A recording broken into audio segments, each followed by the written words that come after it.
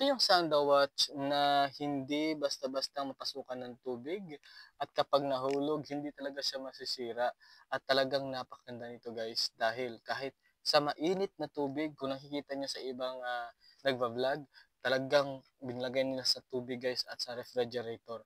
Ang kagandahan po dito guys, no, nakikita din to kapag dahil pwede itong nailaw guys, ano, nailaw to at talagang matibay yung kanyang strap.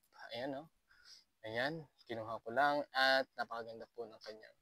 Ayan, stainless po yan guys, no? Hanggang, ayan, napakatagal po nitong masira. Water resistant. Ayan, napakaganda po.